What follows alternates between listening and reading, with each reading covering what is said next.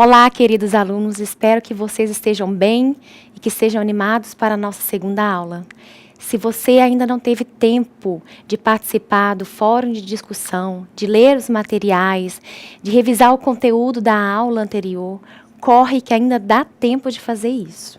Não deixe o conteúdo da matéria se acumular, pois cada aula depende dos conhecimentos adquiridos na aula anterior. Vocês terão acesso a todos os slides das aulas gravadas dessa disciplina. E esse também é um bom material de estudo para vocês. E eu sempre vou indicar sites e materiais complementares que possam auxiliar na compreensão do conteúdo presente no caderno da disciplina. Vamos começar? Bom, na aula passada nós começamos uma introdução ao estudo da biofísica. E usando vários exemplos dentro da biologia, nós revisamos alguns conceitos importantes dentro do campo da física. Vocês se lembram das 4 grandezas fundamentais que eu mencionei na aula passada? Eu coloquei o mesmo slide da aula anterior para facilitar. São essas aqui: matéria, espaço, tempo e energia. Nós já discutimos na aula passada sobre a matéria, o espaço e o tempo e as suas grandezas derivadas. Ficou faltando nós estudarmos a energia nos sistemas biológicos. Então, esse é o tema das nossas próximas 2 aulas. Na aula de hoje, nós iremos discutir sobre a interação entre a matéria e a energia que é abordada na teoria dos campos. De acordo com a teoria dos campos, todo ser vivo é composto de matéria e toda matéria emite um campo energético. Mas o que seria a energia desse campo emitido? Bom, a energia ela é uma dimensão física que não pode ser diretamente observada. Mas as transformações da energia elas podem ser medidas ou observadas. A energia ela se manifesta como uma força que é capaz de ser usada para a realização de trabalho. Os termos força e trabalho, são termos bastante usados no nosso dia a dia. Todo mundo sabe o que é trabalho, E que existem diferentes tipos de trabalho. Alguns que envolvem mais a força física, outros que envolvem mais o intelecto. Mas como trabalho e força são definidos na física? E qual é a sua relação com a energia? Bom, do ponto de vista da física, nós vimos na aula passada que a força é representada matematicamente pela massa multiplicada pela aceleração, cuja unidade de medida é o Newton. E o trabalho, por sua vez, é uma força exercida que resulta em um deslocamento. Se a força for aplicada na mesma direção do movimento em linha reta, o trabalho é dado pela multiplicação da força pela distância, como mostra na figura. O trabalho pode ser também definido como uma energia que é transferida por uma força. Dessas 2 definições, nós podemos perceber que trabalho, força e energia são grandezas interrelacionadas. Observe a imagem ao lado, que mostra um homem tentando empurrar um carro. O que o homem está fazendo nada mais é que aplicando uma força ou transferindo energia ao carro que está parado, oferecendo uma resistência, para fazer com que o carro se desloque. Ou seja, que ele saia da condição de repouso para o movimento. Desse modo, o homem, ao deslocar o carro, ele estará realizando um trabalho. Essa condição de repouso que o carro se encontra, nós podemos chamar na física de inércia. A inércia ela é um conceito que aparece lá na primeira lei de Newton e diz que todo corpo que está em repouso, ele tende a permanecer em repouso ou em movimento uniforme, em linha reta, a menos que apareça uma força externa que atue sobre esse objeto e o faça sair desse estado de repouso ou de movimento retilíneo uniforme. Se um corpo está em repouso, significa que ele permanece na mesma posição. E se não há deslocamento, logo como nós vimos na primeira aula, não há velocidade e nem aceleração. Já o corpo em movimento uniforme, em linha reta, ele tem velocidade, porque nós vimos que a velocidade é uma grandeza que mede o espaço percorrido por um objeto em um intervalo de tempo.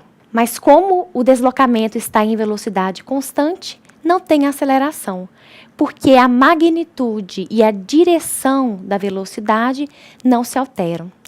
Para que esse objeto ele saia dessas duas situações, ele deve interagir com algum tipo de força que atue ao seu redor. Se essa força for suficiente para provocar um deslocamento desse objeto, nós então estamos realizando um trabalho, do ponto de vista físico. O trabalho ele pode ser positivo, negativo ou nulo, porque ele vai depender da direção em que essa força ela é aplicada e o sentido final do deslocamento. Quer ver um exemplo de trabalho nulo? Observe essa atleta da seleção brasileira na modalidade de levantamento de peso. Nessa posição da foto, você acha que ela está exercendo uma força sobre o halter? Ela está assim, né? E não é pouca força, não. Nesse momento em que ela suspende o halter e mantém o mesmo acima da cabeça, nesses instantes em que ela não se move, nós podemos dizer que, apesar dela estar aplicando uma força de baixo para cima, não há trabalho envolvido, porque não há deslocamento. Ou seja, existem várias situações em que uma força atua, mas não necessariamente realiza trabalho. Mas no momento em que ela tira o halter do solo, ou ela retorna ele para o solo, a atleta ela estará realizando trabalho, porque há deslocamento. E se ela entregasse esse halter para mim? O que eu iria tentar no primeiro segundo sustentar o halter, e no segundo seguinte eu iria jogar o halter no chão por não conseguir segurá-lo. Ou seja, eu até apliquei uma força para manter o trabalho nulo, mas no fim o halter se deslocou no sentido contrário à força que eu apliquei. Deu para entender? Depois que nós definimos um pouco melhor a relação entre trabalho e energia, vamos voltar para a teoria dos campos. De acordo com essa teoria, o campo energético presente na matéria, ele se manifesta de 3 formas distintas. Número 1, campo gravitacional. Número 2, campo eletromagnético. E número 3, campo nuclear. No caderno didático de vocês, eles usam o termo força ao invés de campo. Então, temos a força gravitacional, a força eletromagnética e a força nuclear. Ainda, essa teoria dos campos diz que os corpos presentes no universo, eles não interagem diretamente entre si, mas o corpo é formado de matéria, e a matéria interage com os campos ou as forças do universo, e as forças interagem entre si. Agora nós vamos falar um pouco sobre como essas formas de energia, de campos energéticos, eles se manifestam no universo. A energia nós já vimos que é a medida da habilidade de realizar trabalho. Essa energia ela pode ser guardada, a gente fala que ela é armazenada, e medida de várias formas. Basicamente, a energia nesses 3 tipos de campos, ela pode assumir 2 estados: energia potencial e energia cinética. A energia potencial, como o próprio nome já diz, potencial, é uma forma de energia armazenada que está associada à posição dos corpos no sistema e pode ser utilizada para a realização de trabalho. Qualquer corpo que esteja suspenso do chão está sob a ação de uma força de atração que o devolve para o chão, que nós vimos na aula passada, que é a força G, ou a força da gravidade. Ou seja, quando nós suspendemos um objeto, estamos exercendo uma força contrária à força que é dada pela fórmula massa vezes aceleração. Qual será então o trabalho realizado por essa força contrária à força peso? O trabalho nós já vimos que é dado pela força multiplicado pelo deslocamento. A força será a própria força peso e o deslocamento será dado pela altura. Para a realização desse trabalho, nós podemos dizer que energia foi aplicada ao objeto. E aonde que está essa energia que foi aplicada a um objeto suspenso? Ela vai estar armazenada na forma de energia potencial. O que acontecerá se eu soltar o objeto? Ele irá cair e, nesse momento, a energia potencial armazenada será convertida em energia cinética, que, diferente da energia potencial, é a energia de movimento. Vejamos como nós podemos definir melhor o conceito de energia cinética. A energia cinética, ela pode ser definida como a energia que um objeto possui por estar em movimento. Ou ainda podemos definir como a energia que está disponível para realizar trabalho. Se nós queremos acelerar um objeto, temos que aplicar uma força sobre ele. Ou no caso de um objeto suspenso, o simples fato de deixá-lo cair fará com que ele atinja uma aceleração, que é a aceleração da gravidade. A energia transferida ao objeto, ela é conhecida como energia cinética e depende da massa e da velocidade, sendo expressa matematicamente pela massa multiplicada pelo quadrado da velocidade dividido por 2, como mostra no slide. Só de analisar a equação da energia cinética, nós podemos observar que, primeiro, a energia cinética terá sempre um valor nulo ou positivo, diferente da velocidade e da aceleração, que são grandezas vetoriais e têm sentido. E podem assumir também valores negativos ou positivos. Outra questão, a energia cinética, ela é proporcional ao quadrado da velocidade, mv²/2. Ou seja, quando a velocidade de um objeto dobra, a energia cinética quadruplica. Essa relação ela é importante, por exemplo, numa colisão frontal entre dois veículos. Um veículo que está a uma velocidade de 80 km por hora e se chocar com outro, terá 4 vezes mais energia cinética sendo aplicada ao outro objeto que um mesmo veículo com a metade da velocidade, ou seja, se chocando com esse mesmo carro a 40 km por hora. Nós veremos mais adiante na aula de hoje como que essas duas modalidades de energia potencial e energia cinética, elas são fundamentais nos sistemas biológicos, desde o nível celular até o nível fisiológico. Um exemplo de energia cinética e potencial é o exemplo da energia da hidrelétrica. Aqui nessa imagem, ela está mostrando uma hidrelétrica. E eu coloquei aqui na imagem EP representando energia potencial e EC representando energia cinética.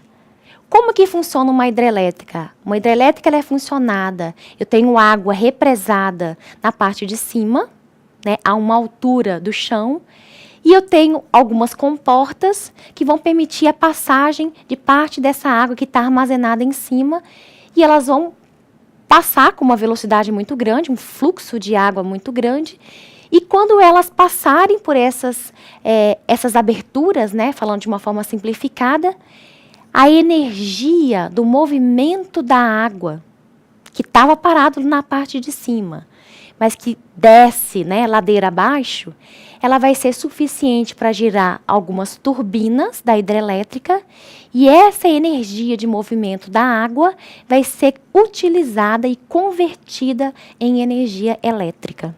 Então, a energia que está presente nas moléculas de água. O que a gente pode dizer dessa representação da hidrelétrica? A parte de cima representa a energia potencial, ou seja, a energia que está armazenada e que está disponível para realizar trabalho. A parte de baixo, que é essa água que está escorrendo, representa a energia cinética, a energia de movimento. E o que a gente está observando num fenômeno, né, tão comum que é a hidrelétrica é um processo de transformação de energia. Energia potencial é energia cinética e em energia elétrica, no caso da hidrelétrica. Agora nós vamos falar sobre cada um dos 3 tipos de campo especificamente, começando pelo campo ou força gravitacional, que já até mencionamos aqui no início dessa aula. O campo gravitacional é caracterizado por apenas forças de atração e está presente em todos os corpos que possuem massa. O campo gravitacional ele varia com o quadrado da distância entre dois objetos. E como a massa da Terra, planeta, se comparada com a nossa, é muitas ordens de grandeza maior, nós somos atraídos para o centro da Terra. E essa força de atração é que nos mantém presos na superfície do nosso planeta. Além disso, o campo gravitacional é o responsável pelo movimento de órbita da Terra no sistema solar. Também é responsável pelo movimento da Lua em órbita com a Terra e dos satélites artificiais que permanecem na vizinhança do planeta, do nosso planeta. Importante mencionar que alguns fenômenos naturais, eles são fortemente influenciados pelo campo gravitacional entre a Terra e a Lua, como, por exemplo, o efeito nas marés, que são os movimentos de subida e descida do mar, do nível do mar. O campo gravitacional ele pode ser considerado real ou provocado. O campo real gravitacional é aquele que estamos mencionando, que é a atração entre corpos no planeta Terra. Mas o que seria, então, o campo provocado? O campo gravitacional provocado é aquele campo considerado transitório, produzido pela aceleração dos corpos, como, por exemplo, a de um corpo sendo lançado em queda livre, nesse esporte aqui que é o bungee jumping. Ou o movimento de rotação de um peão em torno do seu eixo. Lembrando da relação de trabalho e energia que falamos anteriormente, para fazer o peão girar, alguém precisa aplicar uma força externa, ou seja, transferir uma energia para o peão que está em estado de repouso, começar a girar em torno do seu próprio eixo. E no caso da imagem do homem pulando no bungee jumping, enquanto suspenso nas alturas, o homem possui uma energia potencial gravitacional que será transformada em energia cinética ao cair em queda livre. Agora eu vou citar para vocês 2 exemplos de campo G, ou campo gravitacional, que são provocados e usados bastante na biologia. Essa imagem aqui ela está mostrando o campo G, né, um campo gravitacional, é representado em sistemas biológicos. Para usar esse exemplo, nós vamos falar um pouquinho sobre o sangue do nosso corpo. Bem, o sangue ele é uma mistura, né, que é formada pelo plasma, pelas células sanguíneas ou glóbulos brancos, né, e por elementos figurados. O plasma é a porção líquida do sangue. Se vocês olharem na imagem, nós conseguimos fragmentar o sangue em 3 frações muito bem definidas. E isso é feito experimentalmente em análises clínicas ou no laboratório, dependendo da intenção. Então, quando eu fragmento, quando eu consigo separar, né, cada uma dessas frações, eu tenho que 55% do sangue é composto pela parte líquida, que é chamado de plasma. 45% é composto pelos glóbulos brancos, tá? Células vermelhas do nosso corpo, que são as hemácias. E 1%, na verdade menos de 1%, vai ser composto pelos glóbulos brancos, né? E pelas plaquetas que configuram os elementos figurados. Bom, o sangue, ele representa uma suspensão. Né? O que seria a definição de suspensão que nós vimos na química? Suspensão ela é uma mistura heterogênea, que é formado de plasma e célula. O plasma ele pode ser separado fisicamente das células e dos elementos figurados do sangue por meio desse equipamento que está sendo mostrado aí na imagem para vocês. Esse equipamento ele é uma centrífuga, tá? Um equipamento de centrifugação. Então, existem centrífugas de vários tamanhos. Essa daqui é uma microcentrífuga.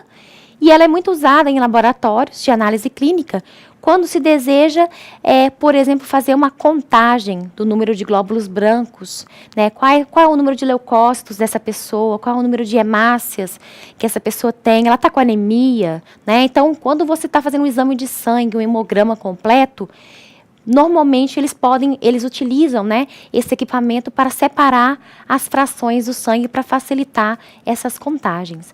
Como que esse equipamento ele funciona? Bom, como que funciona a centrifugação? A centrifugação é um equipamento que vai realizar um movimento, que é um movimento circular de alta velocidade, tá? É uma força que vai ser exercida do centro para fora, de dentro para fora, e essa força que é aplicada, essa força de rotação, que pode ser dada até 14, 16 mil rotações por minuto, ela vai ser a responsável por separar as frações do sangue. Então, isso aqui é um exemplo de um sistema que é usado bastante no laboratório e que aplica um campo gravitacional provocado. Então, ele foi provocado por quem? Provocado pelo equipamento, que vai fazer um movimento semelhante ao movimento do peão, só que numa velocidade muito mais alta, e por causa desse movimento muito rápido, ele consegue separar as frações do sangue para poder serem analisadas posteriormente. Outro exemplo aqui para mostrar para vocês a influência do campo gravitacional, agora falando do corpo humano. Bom, o campo gravitacional, ele exerce uma influência muito grande no corpo humano, por exemplo, na nossa estrutura óssea. Bom, o tecido ósseo, ele é composto por uma matriz orgânica, uma matriz mineral, vocês vão estudar isso na matéria de histologia, tá? Então, ele é composto por um tecido duro, mas é um tecido vivo. Tá? Composto de células e de outros elementos importantes. Existem minerais que calcificam esse osso. Existem vários estudos que mostram que a nossa capacidade, né, da nossa musculatura esquelética reter esses minerais presos, né, sequestrados nos ossos, tem uma forte influência da força da gravidade. Então, a força da gravidade, ela influencia no nosso remodelamento ósseo, ou seja, na nossa capacidade de absorver minerais que vêm da nossa alimentação, ou de liberar esses minerais parcialmente no sangue, de acordo com a nossa necessidade. E isso tem uma influência da força da gravidade. Um outro exemplo, ainda falando do corpo humano, é o movimento do corpo. O campo G, ele também atua diretamente nos sistemas biológicos, como na nossa musculatura esquelética. Nós falamos do sistema esquelético, agora nós vamos falar da musculatura esquelética. A gravidade, ela exerce uma forte influência sobre os nossos músculos do corpo, né? A musculatura que está ligada ao osso, ela é chamada de musculatura esquelética, ou músculo esquelético, né? O músculo é um órgão composto principalmente por tecido muscular, né, do tipo esquelético, né, estriado esquelético, que vocês vão estudar em histologia e na fisiologia. E todas as vezes que você exerce algum movimento de levantar o seu braço, de correr, de sentar e se levantar, de andar, ou seja, cada vez que você tira o seu corpo da inércia, que você traz o seu corpo ao movimento, a força da gravidade ela vai exercer uma força contrária, né, dependendo do movimento, e ela vai oferecer uma certa resistência. Toda vez que você tenta vencer essa resistência, você fortalece não só a sua musculatura, como também o seu esqueleto. Então, é um outro exemplo da importância que campo gravitacional tem relacionado ao nosso corpo humano. Nós falamos do nosso esqueleto, né, do corpo, falamos do músculo esquelético. Nós também temos que lembrar da nossa coluna vertebral. A coluna vertebral é que nos mantém eretos, né, que mantém o homem ereto. E ela é também influenciada pelo campo gravitacional. A gravidade tende, por exemplo, se nós não tivermos uma boa postura, a nos manter curvos. E é por isso que pessoas que são mais altas tendem a ser mais curvas, né? Tendem a ser ter a coluna um pouco mais torta. E dependendo da ação, né, do desnível que essa coluna pode ter, a gente tem as várias doenças, né, que nós podemos observar aqui na imagem, a lordose, a cifose, lordose lombar, lordose cervical. Agora, se você mantiver uma musculatura firme, principalmente musculatura de costas, essa musculatura ela consegue sustentar a sua coluna de tal forma que você mantém uma postura melhor. E um último exemplo, para falar para vocês, é relacionado à drenagem venosa. O que acontece, gente? Nosso sistema circulatório, né, ele circula sangue, circula nutrientes, circula gases, né, circula uma série de substâncias importantes, hormônios, né, substâncias estimulatórias, isso circulado pelo corpo todo. E quem realiza o trabalho mecânico principal desse sistema circulatório é o coração. O coração que é a bomba que bombeia esse sangue para todas as partes do corpo. Só que esse sangue que vai lá para a ponta do pé, ele precisa retornar. E vocês concordam comigo que esse retorno, ele é muito prejudicado por causa da ação da gravidade. Porque a ação da gravidade vai fazer com que o sangue ele flua no sentido contrário, né, e não retorne para o coração. Então, o coração, né, o corpo como todo, ele precisa vencer a ação da gravidade para conseguir fazer com que esse sangue ele retorne, né, essa drenagem venosa, esse sangue consiga retornar de volta para o coração para ser novamente bombeado e para acontecer a ciclagem de nutrientes, a ciclagem de gases que são importantes também para o sistema respiratório e outros sistemas fisiológicos do corpo. Todas as vezes, né, que você tem problemas relacionados a esse retorno venoso, você pode ter uma patologia se manifestando. E uma delas está sendo representada aqui nessa imagem do slide, mostrando as veias, né, ou varizes, que são manifestações clínicas, né, patológicas, de algum problema, mau funcionamento nesse retorno do sangue. Esse sangue que deveria retornar, ele não retorna, ele fica estacionado e ele causa um processo inflamatório nessa região e acaba que esses vasos eles são eliminados do corpo porque eles não servem mais para a circulação. O corpo ainda precisa suportar as vísceras, né? Então, o que são vísceras? São órgãos internos do corpo. E esses órgãos internos do corpo também estão suspensos acima do nível do chão. E também vão estar sob a ação do campo gravitacional. E aí, existe uma série de tecidos, uma série de estrutura interna do corpo que vai precisar exercer forças de sustentação que são contrárias à ação da gravidade. Bom, depois desse tanto de exemplo relacionado com o corpo humano, eu vou dar um desafio para vocês postarem lá no nosso fórum de discussão. Nossa primeira pergunta: pesquisem lá na internet qual é o pássaro mais rápido do mundo e coloca lá no fórum.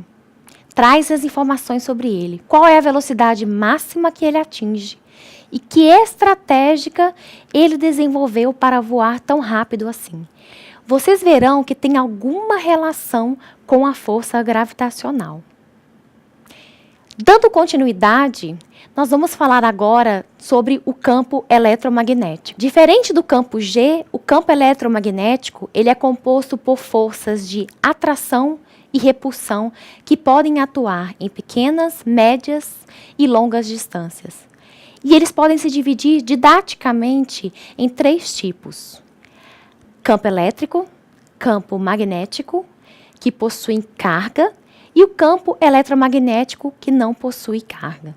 Nós estudamos no conteúdo da aula 1 que todo o corpo é composto por matéria, e toda a matéria é formada de átomos que se reúnem formando as moléculas, e aí as moléculas se organizam formando a matéria. Uma das propriedades que a matéria possui é a sua capacidade de polarizar. Ou seja, moléculas podem perder ou ganhar elétrons, formando íons de carga positiva ou negativa. Essas cargas de mesmo sinal, elas tendem a se repelir, enquanto que as cargas de sinais opostos, elas se atraem. Essa polarização da matéria, portanto, pode criar regiões com cargas diferentes, que nós chamamos de campos elétricos. Esses campos elétricos, eles têm a característica de atuarem em pequenas distâncias, porque eles dependem da proximidade das moléculas. E são classificados como campo positivo e negativo, dependendo da carga líquida resultante da matéria. Daí vocês podem estar me perguntando, professora, nós seres vivos, nós somos capazes de produzir campo elétrico? Sim. Na verdade, os seres vivos, eles são capazes de produzir em suas atividades biológicas os 3 tipos de campo. O campo elétrico, magnético e eletromagnético. Um exemplo de campo elétrico produzido pelo corpo é a atividade elétrica da transmissão do impulso nervoso produzida pelos neurônios e os batimentos cardíacos produzidos pelas células musculares cardíacas que são eletricamente excitáveis. Bom, nessa imagem aqui está mostrando, né, tem uma pergunta aqui logo no slide que fala o seguinte: o que faz o nosso coração bater? Já pararam para pensar sobre isso? Bom, o coração, nós já falamos que ele é um músculo, né? Principalmente formado de músculo, né? Tem outros tecidos envolvidos, é um órgão e que funciona como uma bomba. E ele tem ritmo próprio.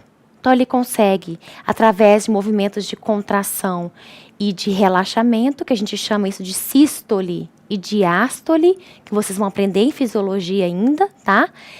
Esses movimentos de contração e relaxamento impulsionam ou propulsiona o sangue através de vasos sanguíneos e isso é circulado por todo o corpo.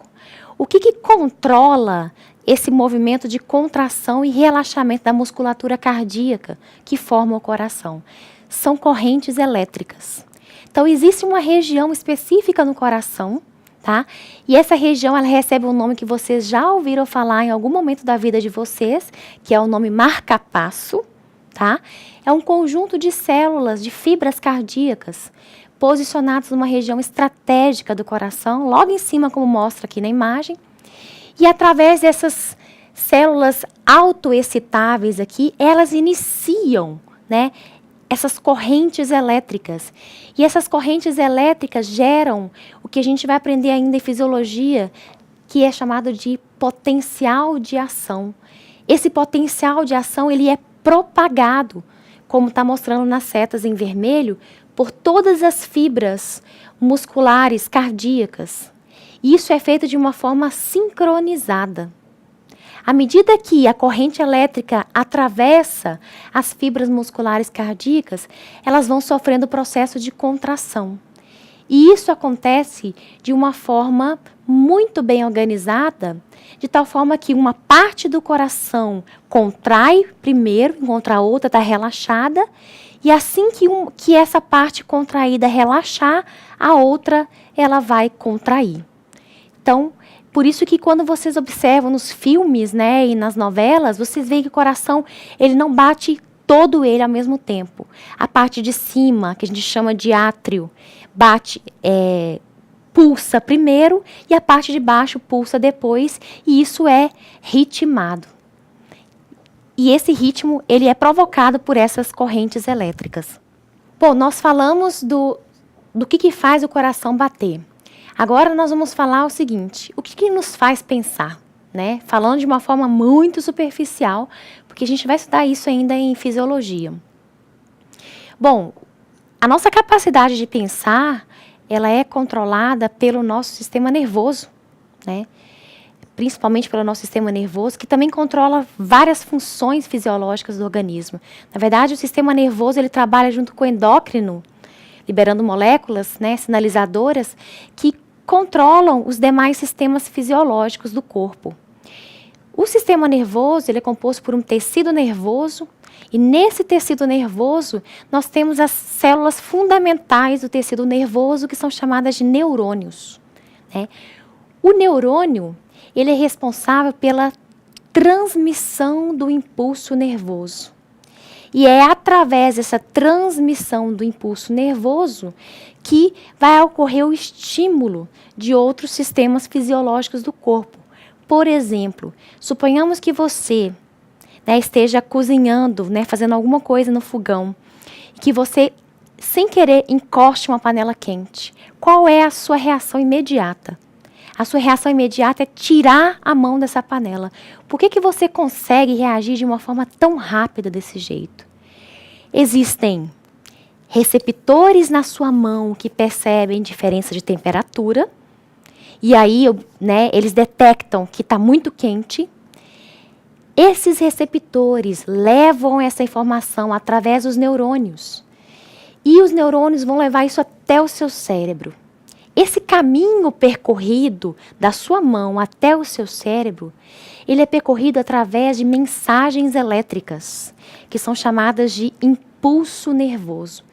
E essas mensagens elétricas vão chegar ao seu cérebro, o seu cérebro vai interpretar, ele entende que esse estímulo significa que você está encostando alguma coisa quente, ele vai mandar um comando a partir do cérebro, que vai chegar até a sua musculatura da mão e vai fazer com que você tire imediatamente a mão dessa superfície quente. Isso aí é controlado, então, por sinais elétricos, né, mostrando que existe atividade elétrica, né, no neurônio, assim como tem atividade elétrica no coração. E é também estimulado por moléculas químicas que são chamadas de neurotransmissores. Agora que nós falamos do campo elétrico, vamos falar também do campo magnético. Né? O que o campo magnético ele nos lembra? Né? Basicamente, ele nos lembra de ímã, né? Aquela coisinha que fica na geladeira, que gruda em superfícies metálicas. Bom, o campo magnético já é formado por correntes elétricas que atuam em distâncias médias e são denominadas de polo norte e polo sul. Um exemplo de uso, né, de campo magnético é no exame de imagem que é chamado de ressonância magnética. Como que ela funciona? A ressonância magnética é um equipamento, né, de imagem que gera imagens em alta definição, como mostra no slide, dos órgãos internos do corpo, através da utilização de um campo magnético. Ele não utiliza uma radiação ionizante, tá? Por isso que ele é inócuo, né? Não é tão grave. E frequentemente ele é usado para examinar o cérebro, articulações e discos da coluna vertebral. Nós iremos estudar a aplicação desses e de outros equipamentos de imagens mais adiante na nossa disciplina. Por último, nós temos o campo combinado, né, que é chamado de eletromagnético, formado pelas radiações eletromagnéticas, que são os raios cósmicos, raio-x, ultravioleta, luz visível, infravermelho, ondas de rádio e ondas de calor. Geralmente, as radiações eletromagnéticas elas podem ser geradas por fontes naturais, como, por exemplo, átomos instáveis em decaimento, ou por dispositivos desenvolvidos pelo homem, como rádio e forno de micro-ondas. Luz, micro-ondas, ondas de rádio, laser, raio-x, radiação gama, são todas manifestações e formas, né, diferentes de radiação eletromagnéticas mais conhecidas. Já os feixes de elétrons, feixes de prótons, partículas betas, partículas alfas e feixes de nêutrons são exemplos de radiações de partículas, ou seja, são radiações com massa que podem originar de átomos de elementos químicos. Agora eu vou dar mais alguns exemplos para vocês. Um exemplo de gradiente, né, um exemplo de ação, né, elétrica, campo elétrico, eletromagnético, né, que pode acontecer também relacionado ao corpo humano, acontece dentro das células animais. Dentro das células animais, e vocês estudaram isso na citologia, né, na biologia celular, existe vários tipos de transporte que carregam moléculas de um lado para outro da célula. Vocês estudaram na biologia celular que existem transportes que não precisam ser auxiliados por proteínas nenhuma, porque a molécula ela interage bem com a membrana celular, que é uma bicamada lipídica, e por causa disso a molécula ela é pequena, ela tem uma constituição mais parecida com a própria bicamada. Essa molécula simplesmente atravessa de um lado para outro. A gente chama isso de difusão simples. Agora, existem os outros transportes que transportam as moléculas que precisam ser auxiliadas por proteínas. Um desses transportadores, que com certeza vocês estudaram em biologia celular, é a bomba de sódio e potássio. A bomba de sódio e potássio, ela realiza um transporte ativo, que é um transporte que tem gasto de energia, porque ela vai realizar um movimento que é contrário à tendência natural da distribuição de moléculas de um lado e de outro na célula. Como que isso funciona? Bom, gastando energia na forma de ATP, o ATP é a moeda de energia da célula, o que a bomba, que está representada aqui em rosa, com uma setinha preta em cima, ela vai fazer? Ela vai bombear, ela vai concentrar sódio do lado de fora da célula, que está aqui representado pela fórmula Na+, e ela vai trazer ao mesmo tempo potássio para o lado de dentro, que é representado por K+. Quando ela realiza esse tipo de transporte, qual é a tendência natural? A tendência natural é que os íons eles retornem, né, cada um para os seus respectivos compartimentos e equilibrem as quantidades de sódio e de potássio dos dois lados. A tendência é sempre o equilíbrio, pessoal. Só que não é assim que acontece. Como ela está gastando energia nesse processo, ela está mantendo essa diferença de concentração. Então, ela mantém um gradiente químico, um gradiente de concentração e também ela contribui para um gradiente de carga, um gradiente elétrico, porque cada vez que ela mandar sódio para fora, ela vai mandar 3 sódios para fora e ela vai trazer 2 potássios para dentro. Ou seja, ela está causando um desequilíbrio de cargas. 3 cargas positivas para fora e 2 cargas positivas para dentro. Eu não vou me detalhar mais, porque vocês vão estudar isso em fisiologia, mas o conhecimento da bomba de sódio e potássio é fundamental para a gente entender na fisiologia como que funciona a transmissão da corrente elétrica que nós falamos que atravessa pela membrana do neurônio, na transmissão do impulso nervoso. Outro exemplo para mostrar para vocês de campo eletromagnético em sistemas biológicos é o campo eletromagnético que se manifesta na forma de calor, que isso aí nós sabemos, né, que todos os corpos produzem calor, os seres vivos produzem calor através das reações do metabolismo, e algumas manifestações de energia eletromagnética que podem acontecer também em alguns seres especiais e maravilhosos que são presentes na natureza, como esses aqui, que são capazes de emitir comprimentos de onda que a gente fala que são bioluminescência, como no caso aqui o vagalume e alguns micro-organismos que são capazes de emitir fluorescência. E por último, mas não menos importante, nós vamos falar do campo nuclear. Esse campo ele existe somente dentro dos limites do núcleo. Forças mais intensas, mas são forças mais intensas, mas que atuam numa distância muito curta. E mantém a união entre prótons e nêutrons e se responsabilizam pela integridade dos átomos. A reação nuclear ela é uma modificação da composição do núcleo atômico de um elemento, podendo se transformar-se em outros tipos de elemento. A energia nuclear ela é um tipo de energia que é liberada em uma reação nuclear, ou seja, em processos que envolvem a transformação de núcleos atômicos. Alguns isótopos, né, de certos elementos químicos apresentam a capacidade de transformar em outros isótopos ou outros elementos através de reações nucleares. E nesse processo ocorre emissão de energia nuclear. Bom, eu espero que tenham gostado da aula de hoje. Qualquer dúvida, anotem e postem no nosso mural, que estamos à sua disposição para ajudá-los. Um abraço e até a próxima aula.